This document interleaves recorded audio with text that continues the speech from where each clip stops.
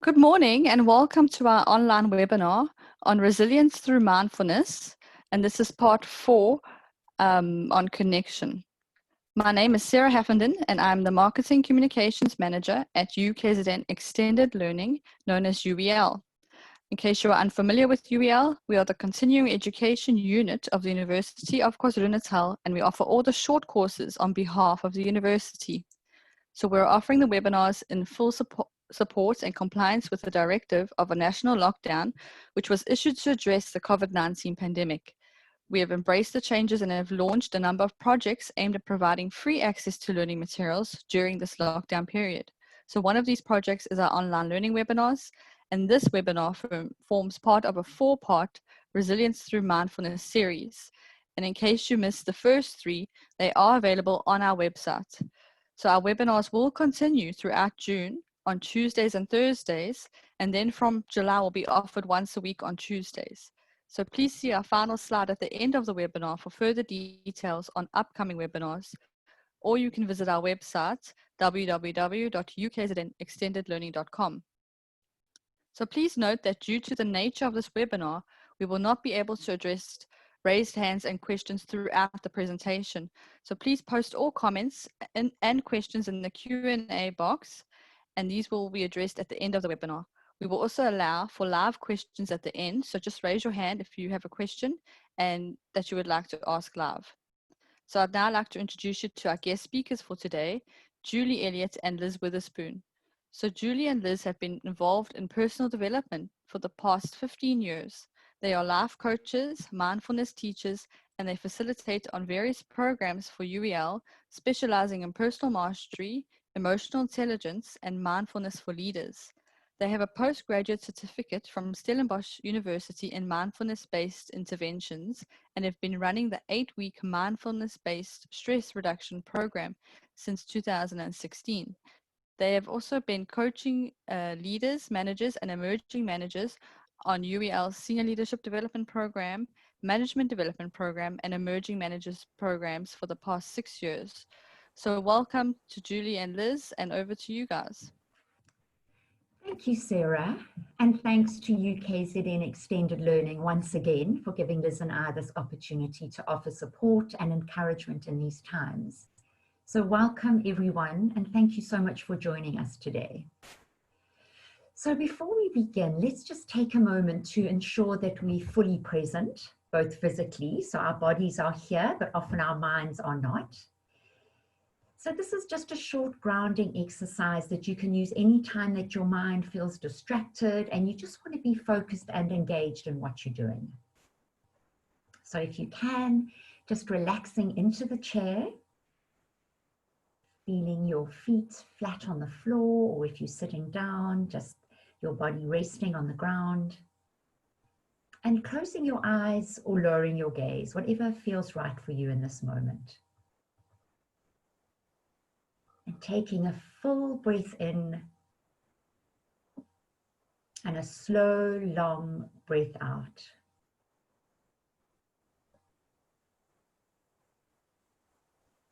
Repeating that again, making sure the breath is long and slow and deep in.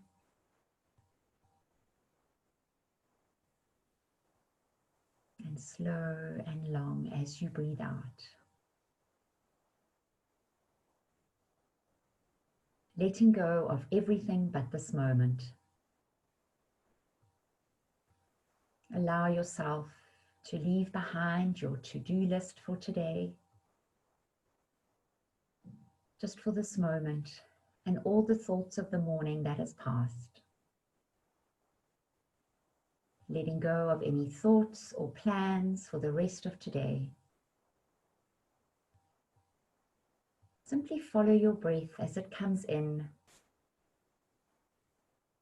and as it goes out. Allowing your breath to be just as it is.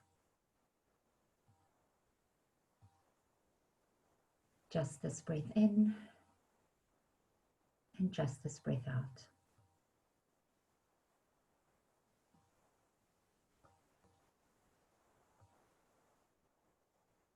Taking another full, deep breath in and out.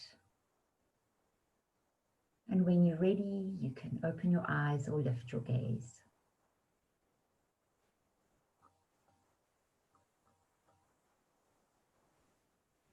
So as Sarah mentioned, this is the last webinar that we have with you, part 4. Last week's webinar, just to recap, we focused on compassion and self-compassion. So compassion is defined as the emotional response when perceiving suffering and involves an authentic desire to help. We looked at self-compassion, which is a way of relating to ourselves kindly, embracing ourselves as we are, flaws and all. And then finally, we looked at the benefits of cultivating a practice of self-compassion. So mental wellness, there's less depression and less anxiety and less stress, less perfectionism, positive mind states, connectedness with other, protects against social comparison, helps with social anxiety, anger management, and closed-mindedness. So we hope that you are able to somehow incorporate just being a little bit more self-compassion, showing yourself more self-compassion. So before I hand you over to Liz, we'd really like to invite you to give us some feedback in the chat box now, just to let us know if you were able to incorporate any of the mindfulness practices or tools that we've introduced to you over the last few weeks. So we'll pause for a minute to give you time to write your comments and feedback in the chat box, and we'll read those as they come in. And if there's anyone who'd like to give us feedback live, please just raise your hand and we will, in the interest of time, just choose 1 or 2 of you to share your experiences with us. So we looked at just breathing, taking a full breath in and a full breath out, looking up, connecting with outside, the belly breath exercise, the 5 senses, connecting with those. And then we encouraged you to download the app, Mindfulness, Finding Peace in a Frantic World. And yeah, just encourage you to do that daily. So if anyone would like to just give us some feedback, how it's going, if you were able to do it or if you weren't able to do it.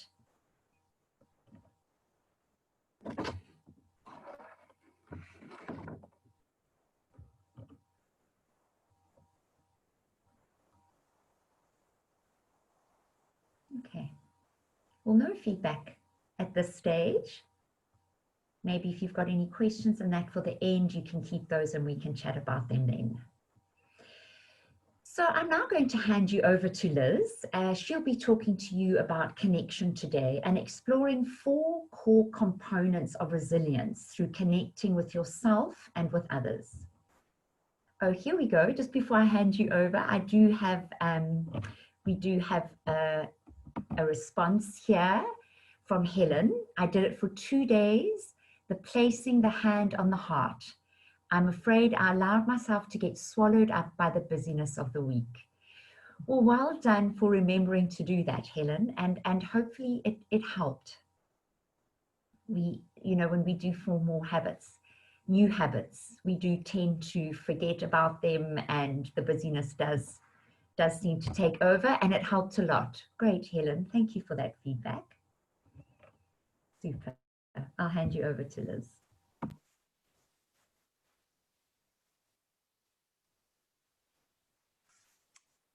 Good morning, everyone, and welcome. So today's webinar, as Julie has said, is about connection. And we're going to look at connecting with yourself as well as connection with others. And we also hope to be connecting everything that you've learned over the last 3 weeks and bring it all together. So we're going to make it quite practical too, so that at the end of the webinar, you will have had the opportunity to identify a few actions that you can take forward with you that will help in strengthening your resilience muscle. We're going to use a 4-quadrant model to show the interconnectedness of mindfulness and resilience in the 4 areas of wellness. So this is a little bit similar to our tree analogy, which you may remember from the first webinar. The 4-quadrant model shows the 4 areas of wellness, namely the physical, the mental, the emotional, and the spiritual. And looking at the whole model, you'll see that there's a triangle in the middle showing the awareness that is cultivated through mindfulness in these 4 areas. So through mindfulness meditation, we connect with our bodies physically. We are able to see our thoughts and to see things as they are without our story. Remember Julie's teaching about the second arrow. That was about how we can interpret things and add another layer to our suffering through our thoughts that often we're not even that aware of. Emotionally, we become more aware of our emotions and build our capacity to turn towards and be with difficult emotions. And spiritually, we begin to know ourselves and connect at a deeper level with what we value. In mindfulness training, we call this the awareness triangle. So we're going to take a moment now just to connect with how this might be in a mindful moment. So I'm going to invite you again to pause as we did at the beginning of the webinar and just take a moment connecting with the present in whatever way feels comfortable to you. So whether that's bringing your attention to your breath or your body, perhaps connecting with your feet on the floor, just taking a moment to be present, to be in this moment as it is right now, and then bring your awareness, first of all, to your physical body.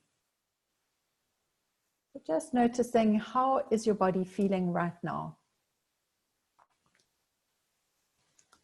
And then moving that awareness to your thoughts. What am I thinking in this moment?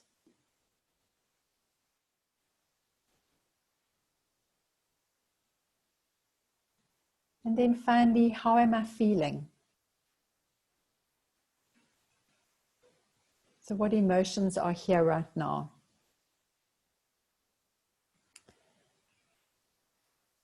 So this is a quick way to connect with yourself in the present moment at any time. If you're feeling that you're triggered or you're reacting to something, is just to literally pause. And as you see, it can be very brief. How am I feeling in my body? What are the thoughts that are around? What are the emotions that I'm feeling? So if you remember again back to the first webinar, I spoke about an incident where I was triggered by something that somebody sent me on WhatsApp. And I was able to connect, first of all, with my body, notice how that made me feel, to look at what I was thinking, and then what emotions were elicited from that experience. And in that moment of pausing, I was able to see what was real and what was my story or the second arrow that Jules taught us. So we're going to look now at how mindfulness ties in with building resilience in the 4 areas of wellness. And I'm going to break it down and take you through each quadrant of the model.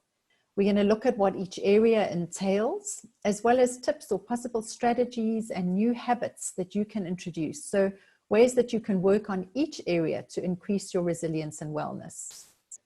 I'm also going to give you an opportunity to identify one action to take in each of the 4 areas. So please have a pen and some paper handy for you to write these down, or whatever electronic device you prefer, and just record your commitments to yourself. Knowing that research shows that people who write their goals down generally have an 80% higher success rate in achieving them. So if you really want to make some changes in the 4 areas of wellness in your life, it's helpful to record what those are. So starting with our physical wellness. We live our lives spending much of our time disconnected from our bodies.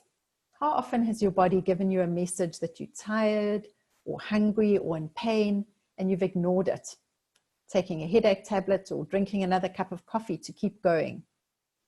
Eventually, ignoring those signals that our bodies send us takes its toll. Many times we only stop and pay attention when we're ill, if we get injured, or we suffer some chronic condition which we can't ignore. So our physical wellness is the foundation upon which all the other areas rest. Think about how being hungry or exhausted from lack of sleep can affect your ability to think clearly or to focus, as well as how it can affect your mood. So we build our physical wellness and energy through the basics: sleep, nutrition, exercise, our breath, as well as daily pulse and rhythm. Most of us are well aware of the importance of sleep, nutrition, and exercise. And we've spoken in the webinar about the importance of the breath in regulating our nervous system. So the daily pulse and rhythm refers to the natural rhythms in our bodies and even in nature itself. If you think of the rhythms of day and night, the seasons, the waxing and waning of the moon, the ebb and flow of the tides. These natural rhythms teach us the importance of balance, of having both activity and rest in order to be full of vitality and energy. Too much activity and we stress our system. We suffer burnout and injuries. Too much rest and we atrophy, we lose muscle tone and fitness. So the more that we're able to cultivate mindfulness, the more in touch we become with our own inner rhythms and with what's going on in our bodies. So it's important to take care of your body and to build in positive and balanced habits of exercise, sleep, rest, and nutrition. If you look at this list, reflect on one area that would benefit from a change, a healthier habit that you would like to focus on to help support yourself physically, and then think of one small, doable action that you could take as a step towards better self-care and physical wellness. So I'm going to go through this list and give you some examples. The first strategy that we recommend is mindfulness meditation. So this could include practices specifically aimed at cultivating that connection between mind and body, greater awareness of your body. And we recommend things such as mindful movement, exercises like yoga, mindful walking practices, as well as body scan meditations are all great ways of building that connection between your mind and your body. In the area of nutrition, I might identify that I seldom eat when I'm eating. In other words, I mostly eat at my computer, or I skip meals, or perhaps I eat in front of the television. So then I may set an action to eat one nutritious meal mindfully, perhaps sitting out in my garden and not in front of my computer. If I identify that exercise is an area that I want to focus on, I could set an action to walk twice a week or to do stretches for 15 minutes twice a week. You may be thinking, what's the point of that? It's so insignificant. What difference is that going to make? But if I'm currently doing no exercise, then it's still a step in the right direction. It's a start. It's more than what I'm currently doing. We find often that when clients set goals or commitments that are unrealistic or too high, they end up feeling discouraged and giving up. So we really feel that you should rather choose something that's achievable, even if it's a really tiny, small first step in the right direction. Just remember that we want to balance activity and doing with rest. Hydration would be to drink an extra glass of water a day. What's quite helpful is to wake up in the morning, first thing, drink a glass of water. So you might set that as your commitment to yourself. Rest would be getting more sleep, getting to bed earlier. Perhaps if you sleep too much, setting an action to wake up earlier or taking breaks during the day. And then we also highly recommend reducing negative habits. So to become aware of any negative outlets, numbing strategies or escapes that you may be using to deal with your stress. And these could include things like alcohol, drugs, food, technology, binge watching series, or mindlessly scrolling through Instagram, or even overwork and over-exercising. So these can bring short-term release, but over the long term, deplete your physical energy and internal resources, which ultimately then increases our stress. So I'm going to just give you a minute. Hopefully you've identified and written down one action that you want to take this week to improve your physical well-being.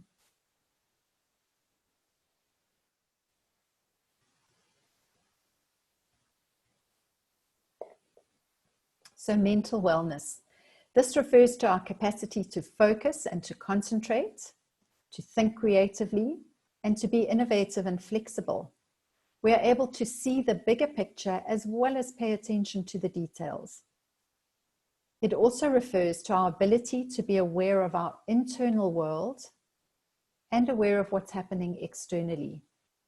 It includes realistic optimism, which is seeing the world as it is, but always working positively towards a desired outcome or solution. The more that we can embrace healthy thoughts, the more resilient and empowered we will be. If we think we can't cope, we'll be easily overwhelmed.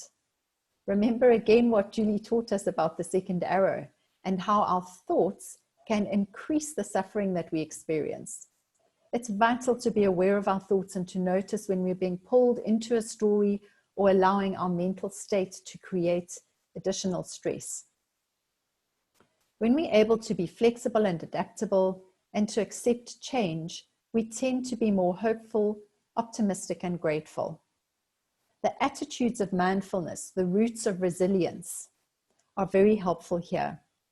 Through mindfulness meditation, we become aware of our thoughts and mental patterns and begin to cultivate these attitudes as shown in the roots of our resilience tree, including things like acceptance, beginner's mind, non-striving, letting go, which are all helpful.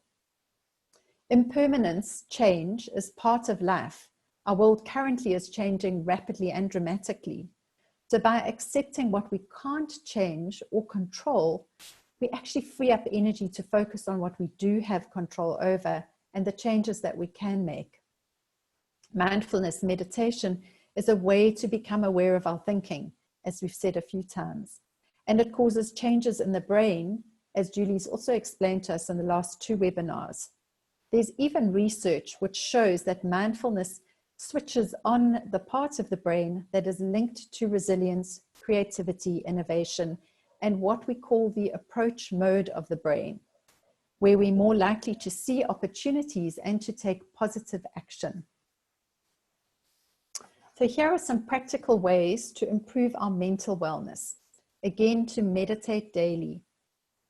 Gratitude, and this could involve keeping a journal, focusing on the positive and what's working, which empowers you to expect good things to happen and switches on, as I've said, the approach mode in the brain, where we can be more creative and innovative and see opportunities.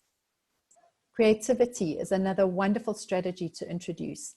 And this isn't necessarily painting. It could be art, but it could also be being creative through writing, through music, gardening, cooking. Creativity engages a different part of the brain, which can lead to insights and a bigger picture view, which is really helpful when we are coping with change and stress. Mental preparation. This could involve an action to work with affirmations, for example, positive self-talk, embracing healthy thoughts and being aware of your perspective and challenging your thoughts. So there's a lovely saying, you don't have to believe everything you think.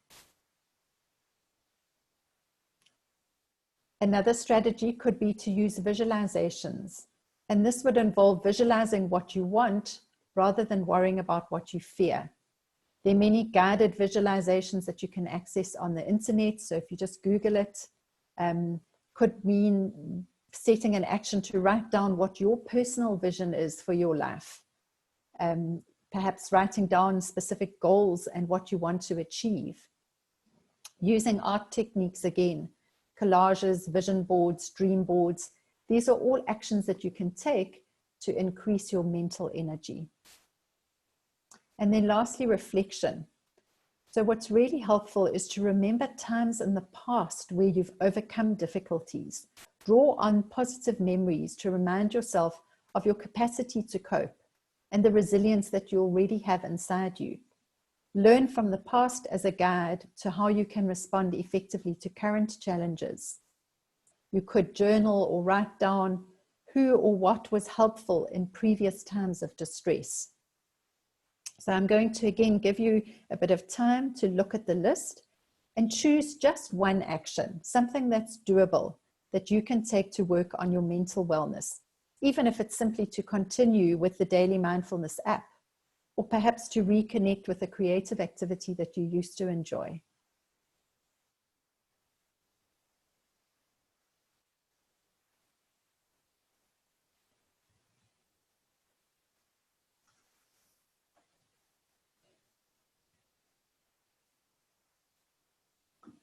Moving on now to emotional wellness. Emotional wellness includes the ways that we connect with ourselves. So this is our emotional intelligence, self-awareness, and personal mastery. It also includes how much enjoyment we feel in our lives. In other words, do we nurture ourselves? Do we do things simply for the sheer enjoyment that it brings us? It includes our social skills, which are relationships, communication skills, and empathy. In other words, ways that we connect with others.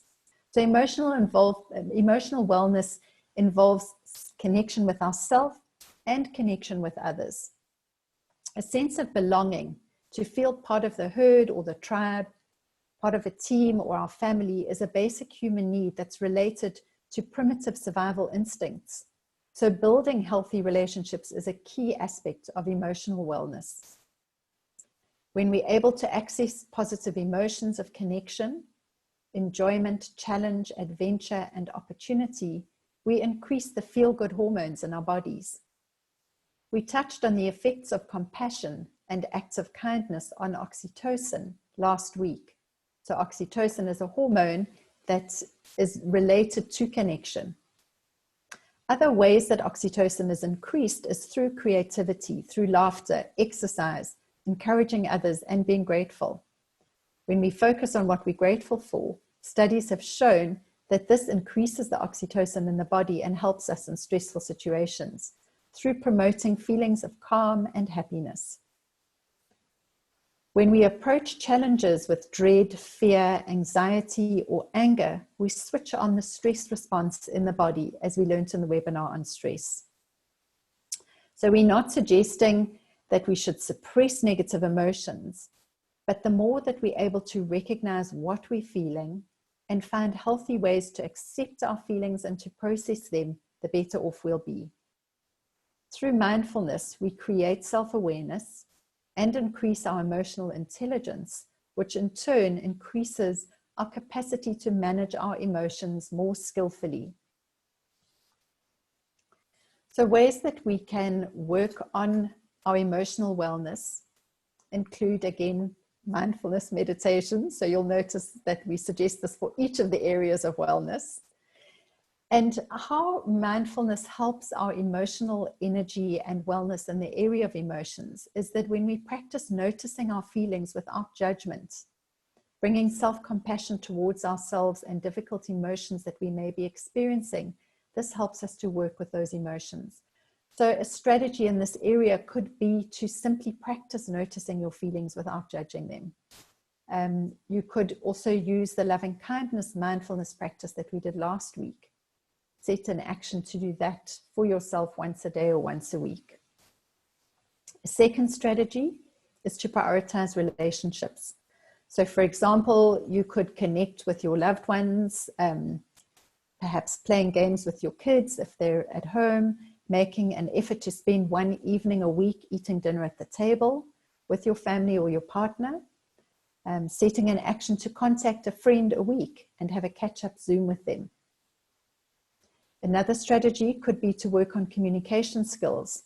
So for example, if you realize that you're a poor listener, you could set an action to practice listening actively in all of your interactions. Or if it's something that you don't know how to do, the action could be to research good listening skills. There's lots of information out there. If you're someone who tends to be too aggressive or forceful in your interactions, you could try pausing before you respond. Take a deep breath before you react to something that someone has said. Or if you are somebody who's too quiet and non-assertive, your action may be to practice speaking up at the next team meeting at least once. Another very helpful strategy in the area of emotional energy is to ask for help. Talking through a problem with someone who listens, empathizes, and understands is a key element to building emotional wellness. You could set an action to connect with a like-minded friend, a mentor, a coach, or a therapist. Increasing self-awareness. And again, this could be through mindfulness, could be through coaching or therapy. You could use personality tools like the Enneagram, Insights, Myers-Briggs, or through journaling. These are all wonderful ways of increasing your awareness of yourself. And then finally, enjoyment. The action here could be to do one thing a day, or maybe even just a week, for the sheer enjoyment that it brings you. Remember, laughter is good medicine. So your action could be to watch a comedy, could be to dance in the kitchen while you're making dinner, listen to good music, anything that brings you alive and enhances your sense of joy. So again, you've hopefully identified one action that you can take for emotional wellness to build your resilience in this area. And I'll give you a moment to write that down.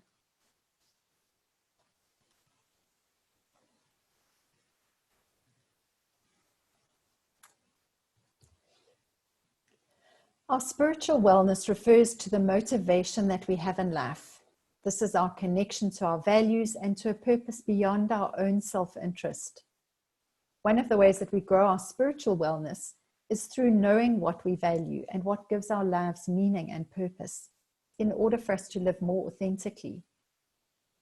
We sustain our spiritual wellness by balancing our commitment to others with adequate self-care.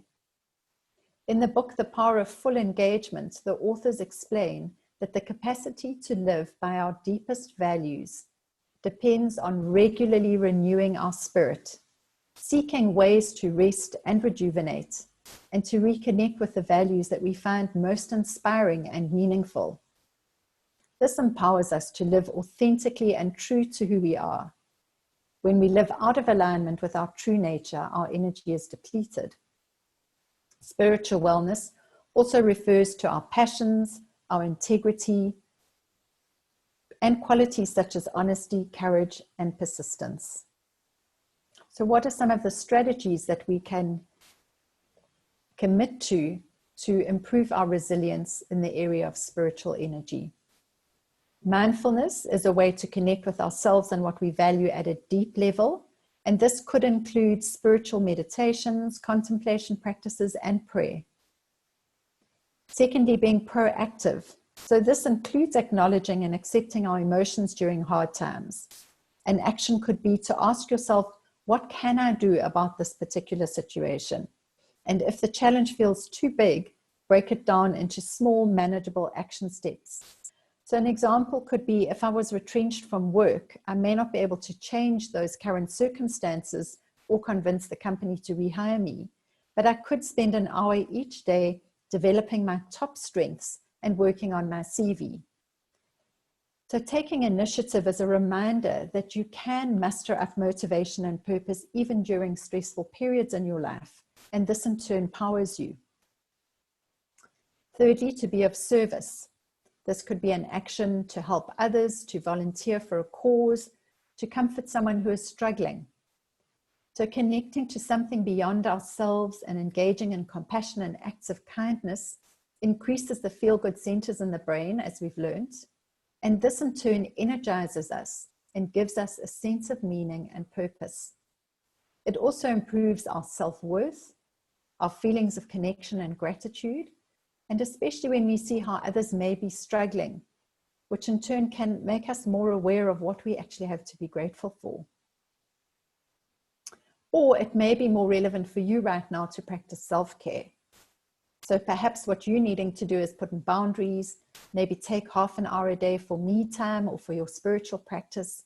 So again, looking at what is more relevant for you. Is it to commit to set an action to be of service and to help somebody, or is it more relevant to set an action to practice your own self-care? And then finally, to look for opportunities for personal growth and self-discovery. Often our greatest growth happens in times of struggle. So I'm not a botanist, but I have been told that a plant is more resilient if it's exposed to some harsher weather conditions. So for example, it grows stronger, deeper roots in times of drought, and a stronger, more flexible stem if it experiences windy conditions. And so too, through hardships, we often uncover strengths in ourselves that we may not even have realized that we had. You've hopefully identified one action that you can take to build your spiritual wellness. And again, I'll just give you a moment to look through the list again and write this down.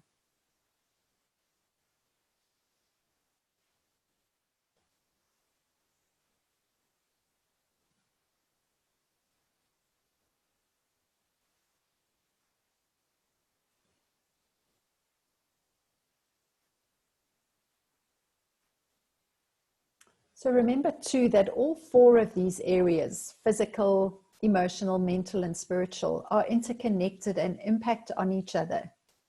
It's also quite helpful to see these four areas as an energy or wellness bank account. We have to make deposits in each of these areas in order to have something to draw on when times are tough. And then finally, just to reconnect with our resilience tree from webinar 1. Remember that resilience is adapting well in the face of adversity, threats, or stress, and flourishing despite challenges. We believe that mindfulness is at the heart of building resilience. We cultivate a strong foundation of non-judgment, patience, trust, etc., the attitudes of mindfulness, which are at the roots of resilience, by having a regular mindfulness practice. And this in turn resources us at our center, our core, which is represented by the trunk of the tree, keeping us strong yet flexible, so that we're able to bear fruit, live with integrity and health in all four of these areas of wellness. Thank you, and I'm now going to hand you back to Julie, who will take us through a meditation practice. Thanks. Thank you, Liz. Wow, some wonderful examples there and advice. So I really hope that you are inspired now to take just baby steps. You might want to do a little bit of a stretch. Okay, so as Liz mentioned, I am now going to be guiding a mindful meditation. It'll be about 5-6 minutes, and it's a lovely meditation just to help you feel grounded and more resilient. Okay, so taking a moment to sit back with your back straight up, your head held erect on your neck and shoulders, allowing the shoulders to feel fully relaxed as well. You may want to lay your hands in your lap, just relaxing in there. Closing your eyes or lowering your gaze, and just bringing your attention to the flow of your breathing. Feeling each in-breath and each out-breath. Observing your breathing without trying to change it in any way. Allowing the body to be still. And sitting with a sense of dignity, a sense of being complete, whole in this very moment. As you sit here, picturing in your mind's eye, as best you can, the most beautiful tree that you know, or that you've seen, or that you can imagine.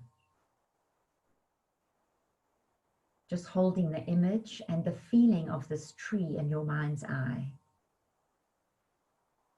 Letting it gradually come into greater focus.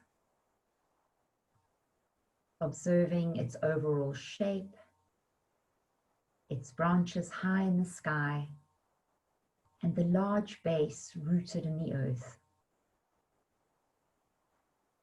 Noticing how massive it is, how solid yet flexible, how unmoving, how beautiful, both from afar and up close. Perhaps your tree has leaves or fruit or blossoms. Whatever its shape or appearance, just sitting and breathing with the image of this tree. Observing it, noticing its qualities. And when you feel ready, seeing if you can bring the tree into your own body, so that your body sitting here and the tree in your mind's eye become one.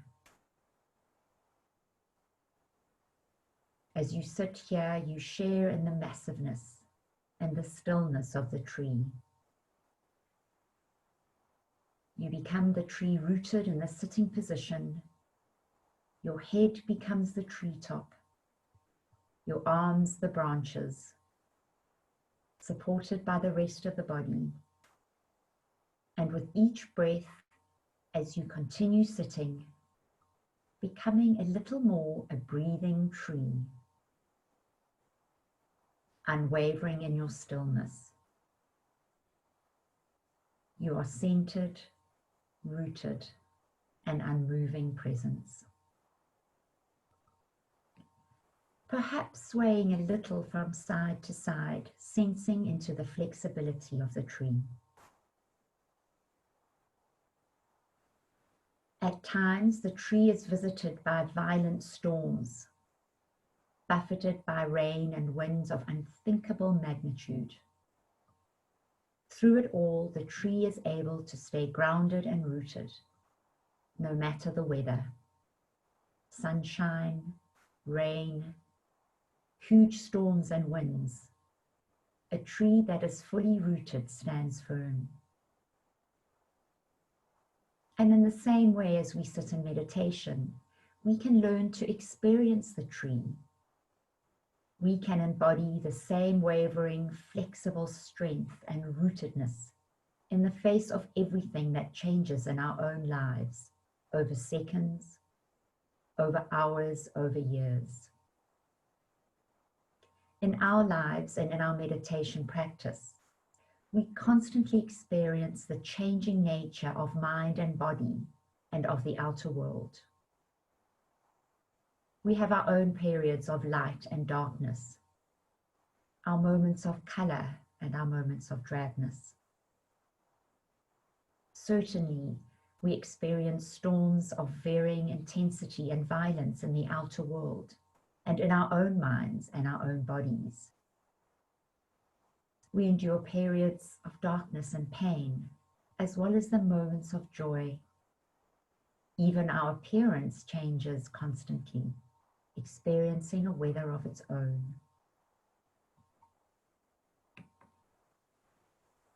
As we navigate the storms that are currently around us, the ever-changing and chaotic, uncertain world that we live in, we can cultivate the attitudes shown in the roots of the tree. Patience and compassion with ourselves and each other. A sense of curiosity when we feel overwhelmed. An acceptance in seeing things as they actually are in the present, taking each moment as it comes and being with it fully as it is. Learning to be patient and accept the fact that sometimes things must unfold in their own time. By becoming the tree in our meditation practice, we can link up with its strength, its stability and its flexibility, and adopt it for our own. We can use its energies to support our energy, to encounter each moment with mindfulness and equanimity and clarity.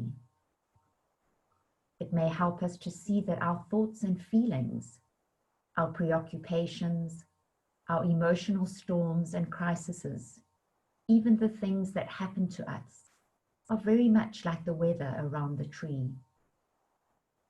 We tend to take it all personally, but its strongest characteristic is impersonal.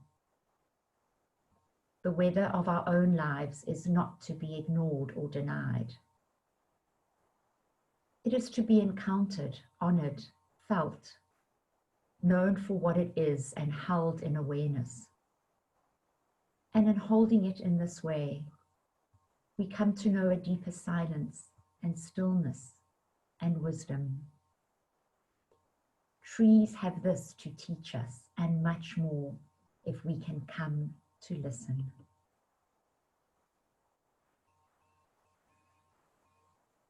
And so taking a few more full deep breaths. When you're ready, opening your eyes or lifting your gaze.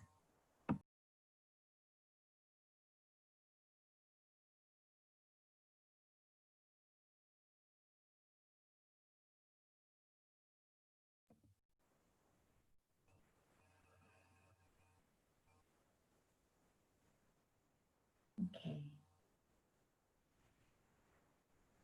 So hopefully that was helpful and useful, and something that you can just reflect on if you're feeling that you need the stability, just to take a deep breath and to feel that groundedness and that feeling of being rooted in the ground.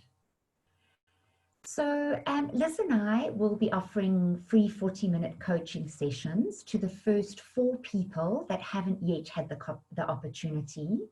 Please could you contact Nkosi? Her email address is up.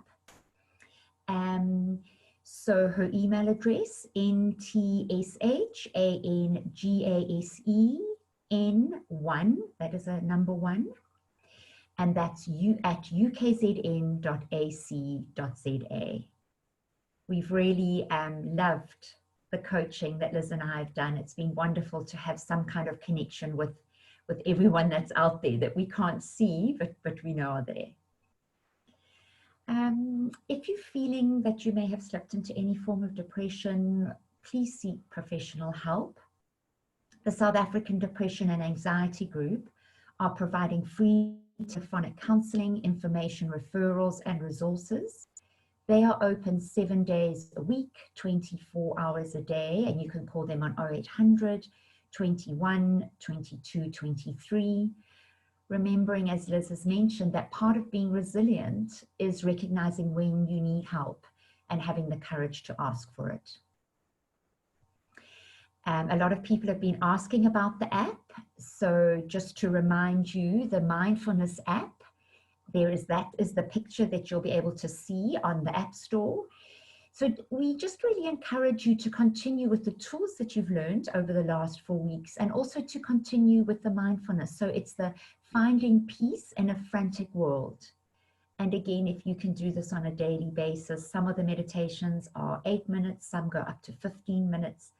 But it really is a lovely guide and a lovely way to keep you on track and accountable. So that's the one that we would recommend.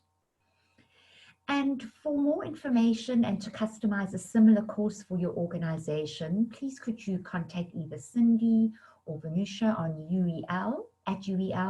Those details are up there for you to see.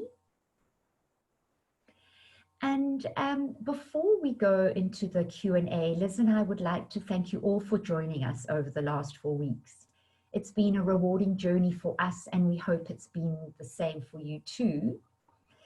So we'll cross over now and do some answering any questions that you may have. Please know that if we do run out of time and your question is not answered, we will get back to you with an answer by email within the week. So yes, if anyone has any questions, if they can go to the bottom there and they can fill in.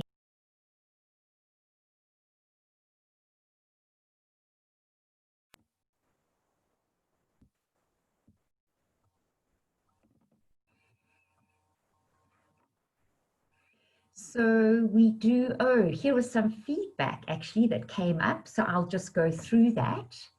Mawetu, I've been practicing and it has improved my quality of life. The app, wow, guidance while at it. So I'm so glad, well done. I'm glad that's been encouraging. Thank you for that feedback. Bev, good morning. I have done the breathing exercises every day this week, first thing in the morning, and it has certainly helped prepare me for the day. Thank you. Wonderful, Bev. That's lovely to hear. Encourage you to continue with that. And then we've got Tembeka. I'm more aligned with my thoughts and emotions now. Thank you so much for the coaching. Much appreciated. Thanks, Tembeka. Thank you for that feedback. There's also some information, some chats have come up here as well, just to refer back. Nikki made a comment and she said, looking up has been wonderful, specifically to see the changing scenery through the window as the weeks go on and winter progresses. Lovely. We don't really notice this when we are in an office building. Lovely to be back in touch with nature and seeing that there's a bigger picture out there. Lovely, Nikki. Thank you for that. Hi, I'm Tandu. This is my first time attending. Welcome, Tandu. Glad you could join us. The webinars have been recorded and they are up on the website. So if you would like to refer back to them, please go ahead and do that. Yes, and then we've got the name of the app, which we have mentioned. Yes, more app. Okay. Rosella, excellent presentation, much appreciated. Thank you for joining us again, Rosella.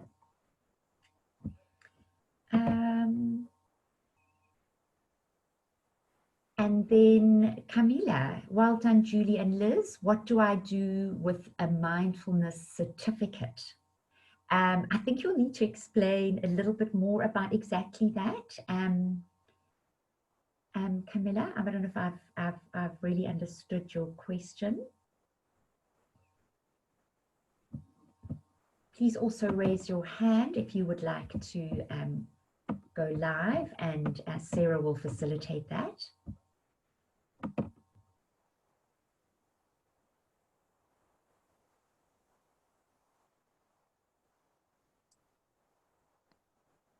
Yeah, thanks, Liz and Julie. Camilla, if you do want to elaborate on your question, you're welcome to raise your hand, and then we can obviously, you can open up your question. In the meantime, I am going to launch the poll. So if you could just fill that in, if you can see it, just to rate the live session today.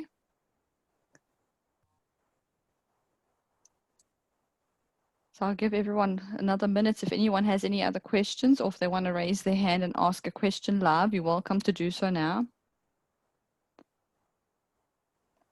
So we do have a comment from Tando. She says, although it is my first time, I thought the webinar was a great experience. Thank you, Tando.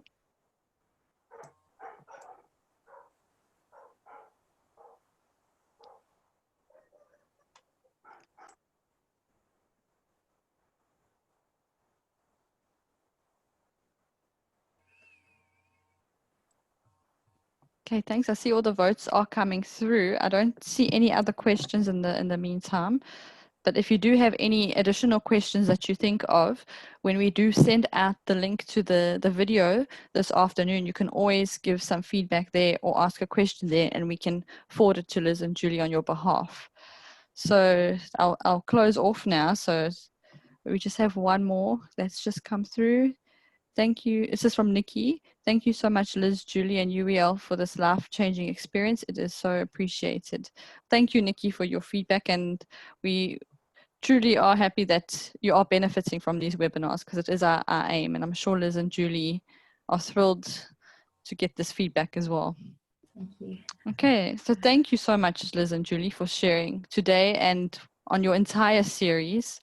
So although we're receiving a lot of good feedback today, we've been receiving positive feedback throughout the series from a number of attendees, and we can see that you have made a positive impact in their lives. But so thanks again for working with us on this series, and we hope to work again in the future on some other series. So also thank you for all our attendees for joining us today and engaging in the webinars. So as I did mention, the video and the slides will be available later on this afternoon, and we will send that to you once it is ready.